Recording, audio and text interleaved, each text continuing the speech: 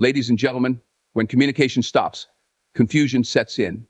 This silence, while seemingly empty, often fills the mind with a torrent of questions and emotions. The initial response to a sudden halt in conversation is often bewilderment. The first question that arises is, did I say something wrong?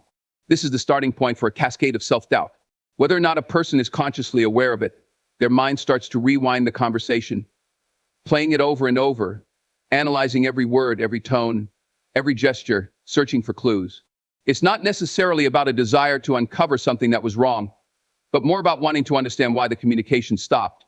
It could be a word, a sentence, or even a pause that might have been misinterpreted. Beyond this, the mind tries to read the other person's behavior, often interpreting silence as a sign of discontent. This is especially true when a shift in communication comes unexpectedly or without explanation. When words are withheld, the lack of feedback can be excruciating. Without verbal cues, we often turn to nonverbal ones, body language, facial expressions, or past interactions, searching for any hint of a reason for the change. A simple text message left unanswered, a phone call unreturned, or a conversation that goes silent for too long can cause an emotional stir. The absence of the usual flow of communication creates a void, and in that void, our minds start to create narratives. This uncertainty can lead to an overwhelming sense of confusion. We start to wonder if we did something to offend the other person, or if something significant changed in the relationship. Was there something I overlooked? Did I say something inappropriate or misunderstood their needs? These questions swirl in the mind, and because no answers are forthcoming, they often multiply. We may even start to replay our past interactions, not just looking for mistakes, but searching for patterns. Maybe there were subtle signs or clues that we missed before, and now we feel as though we are stuck in a loop of uncertainty, trying to piece things together with incomplete information. As time passes and the silence continues, the confusion intensifies. The absence of clarity doesn't just mean that one is unsure of what happened. It also means that the mind starts to make assumptions. These assumptions often come from the fear of the unknown. When we stop hearing from someone, we might think that they no longer care, that they've moved on, or that they're upset with us. Without communication, we project our own insecurities onto the silence. The longer the silence lingers, the harder it becomes to break. We start to convince ourselves that the situation is more serious than it actually is. And yet, without any feedback, there's no way to confirm these beliefs. The silence breeds more silence, feeding into the cycle of confusion and doubt. This confusion is also compounded by the human need for closure. We seek resolution in any situation, especially when it involves relationships and communication. The open-ended nature of silence feels unnatural, leaving us hanging in a state of limbo. The mind seeks answers, but none are given, making the silence feel all the more profound. As we wait for the return of words, we begin to feel like we are in a holding pattern, uncertain of what to do next or how to proceed. There's a sense of helplessness in waiting for something that may never come. In this state of confusion, we might also experience an increase in emotional vulnerability. When we're unsure of the other person's feelings, we are left to grapple with our own emotions. Doubt and insecurity creep in. We question whether we're truly valued, whether the relationship has changed, or if we've misread the entire connection. These emotional reactions, fueled by the absence of communication, can lead to a cycle of self-criticism and overanalysis, making it even harder to regain clarity or find a way to reconnect. Over time, this confusion may give way to frustration. It's exhausting to stay in a place where there are no answers.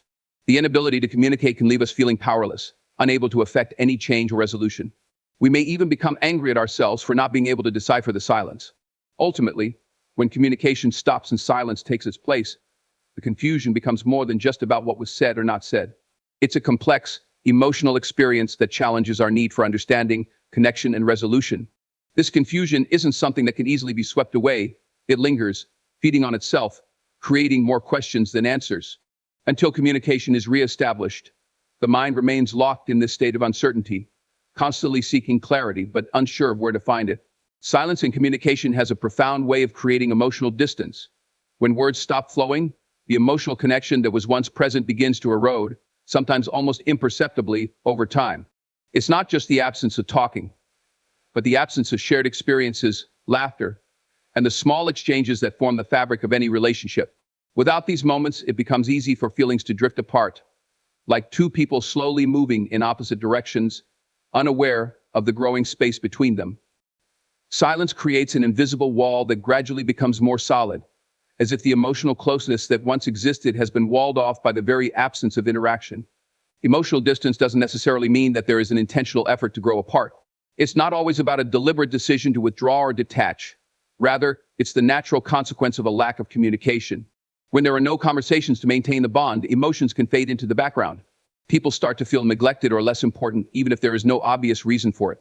It's easy to assume that the other person has moved on or no longer cares, because the consistent communication that once reinforced the relationship is now missing. One of the most challenging aspects of emotional distance is that it's hard to pinpoint exactly when it began. It doesn't always start with a single event or a sharp disagreement. It's often a gradual process, like the slow wearing away of a once sturdy structure.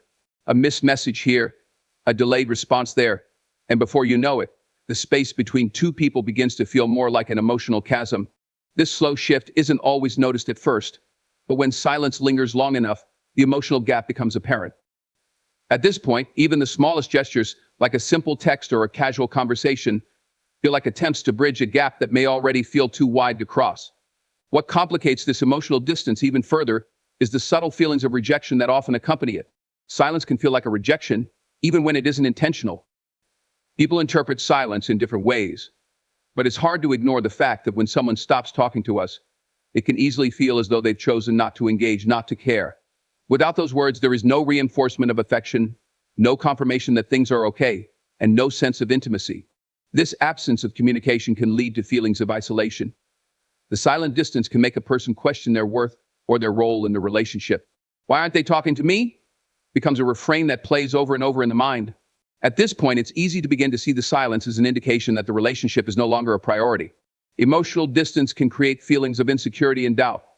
When the lines of communication are open, there is a natural flow to the relationship, a sense that both parties are involved and invested.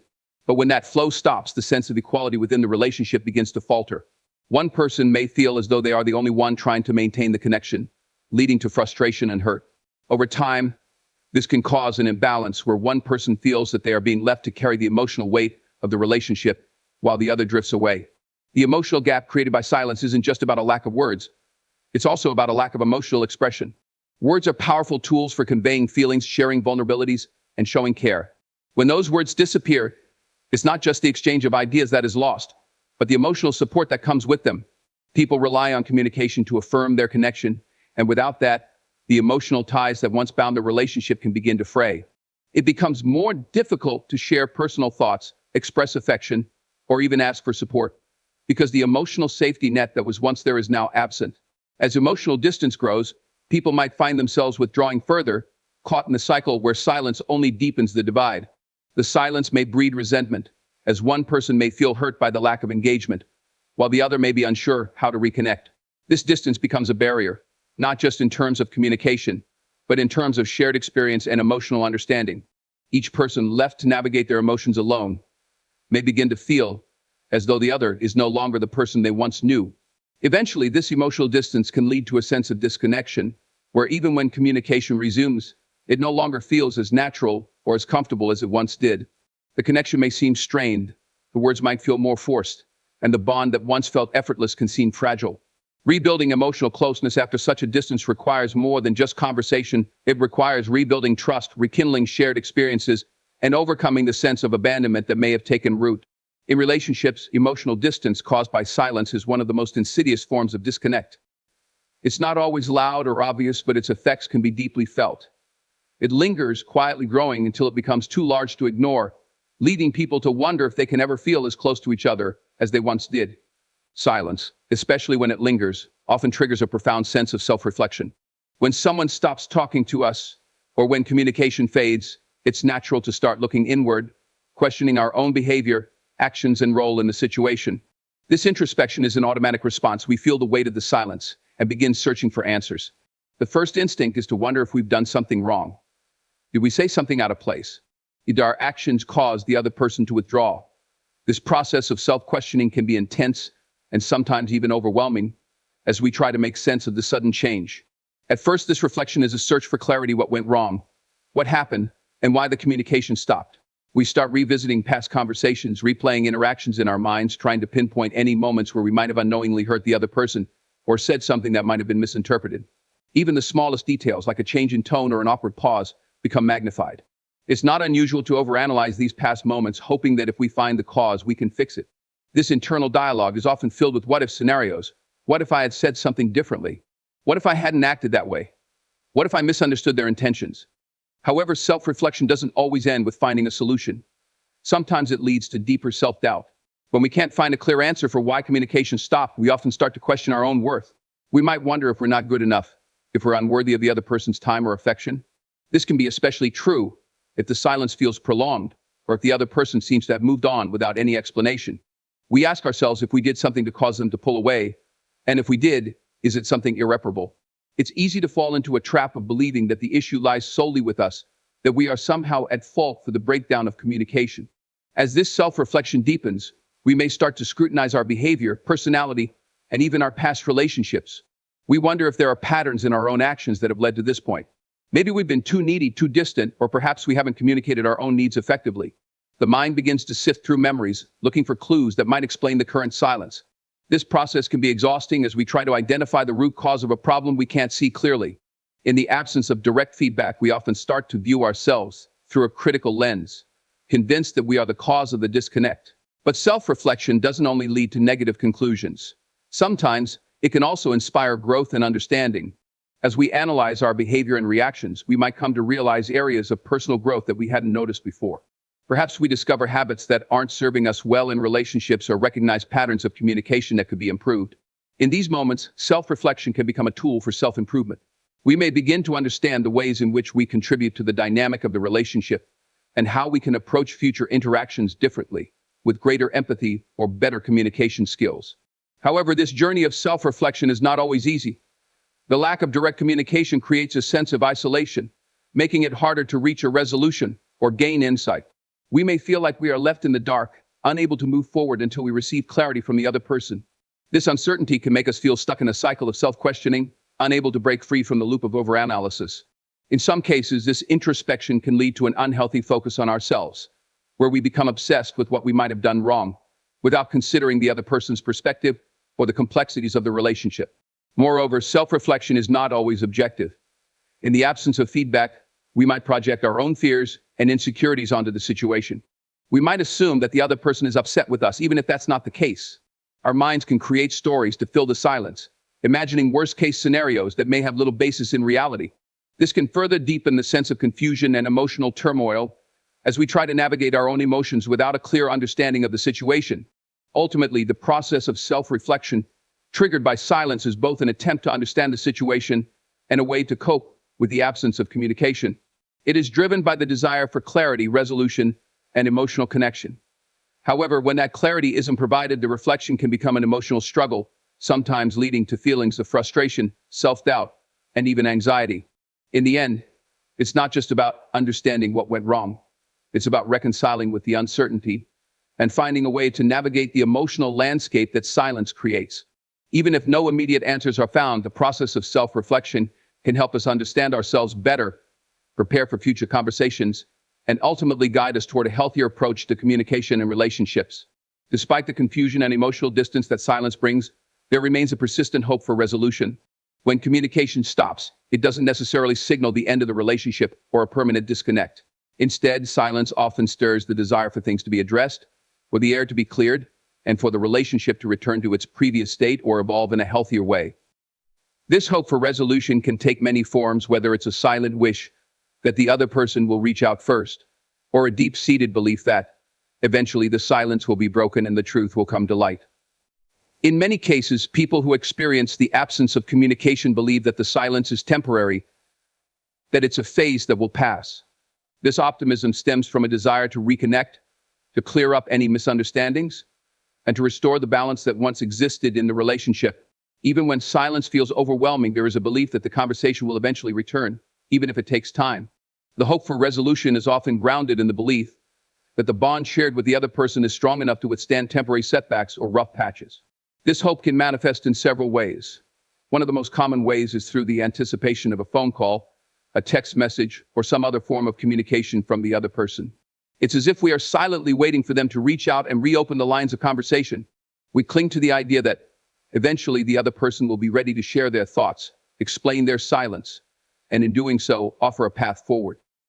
Sometimes the hope is driven by a desire for closure. We want answers. We want to understand why communication stopped in the first place. This need for understanding compels us to wait for the moment when the silence is finally addressed. It might come in the form of an explanation, an apology, or simply a casual conversation that reestablishes the connection. There's also the hope that the other person has been taking time to reflect, just as we have, and that they will come to realize the importance of the relationship. This belief allows us to hold on to the possibility that, when the time is right, they will reach out and begin the process of reconciliation. Even in the face of ongoing silence, many people continue to nurture the idea that things can improve, that misunderstandings can be cleared up, and that the connection can be rebuilt. The idea of resolution, however vague or distant it may seem, provides a sense of direction, even if the exact form it will take remains unclear. While waiting for resolution, there can also be a sense of agency in knowing that, should the other person choose not to reach out, we can still take action ourselves.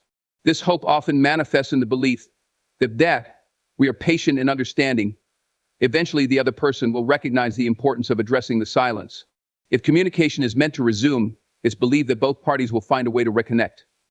The idea that reconciliation is still within our control gives us the strength to endure the silence a little longer, hoping that the moment of clarity and connection will eventually arrive. But while hope for resolution is often driven by the desire for clarity and closeness, it can also be a double-edged sword. The longer the silence persists, the more this hope can become tinged with frustration. We may begin to question whether the other person values the relationship as much as we do, or if they even care enough to address the silence. This frustration arises from the uncertainty, the inability to act when we don't know what the other person is thinking. As time stretches on, hope can shift from optimism to impatience. The silence starts to feel like a waiting game, and we begin to wonder whether we're investing time in something that may never come to fruition. Moreover, hope for resolution can sometimes lead to unrealistic expectations. We may envision a perfect scenario where everything is fixed, where apologies are made, and misunderstandings are cleared up effortlessly. However, reality rarely aligns with these idealized outcomes. The resolution may not come in the form we anticipate. It might not involve the perfect conversation, the perfect apology, or the perfect return to the status quo. Instead, it could come in a less ideal way, perhaps through a slow rebuilding of trust or a gradual reconnection, where the initial silence becomes a stepping stone toward a deeper understanding of each other. In some cases, hope for resolution might lead to internal tension. We might feel torn between waiting for the other person to make the first move and wondering if it's time for us to take action. The decision to reach out ourselves can feel daunting, especially when we are unsure of how the other person will react. Will they appreciate our effort to reconnect, or will they be indifferent to it? The uncertainty surrounding this decision can delay resolution even further, as we wrestle with the fear of rejection or the possibility that our attempt to communicate might fall flat. Ultimately, the hope for resolution represents a desire for closure, understanding, and reconnection. It's an essential part of the process when communication breaks down, providing the emotional fuel to hold on through the silence. But it's important to recognize that this hope, while powerful, can also be a source of tension and frustration. In some cases, it's a journey that involves not just waiting for the other person to act, but also coming to terms with the uncertainty and learning to move forward, whether or not the resolution arrives in the form we expect.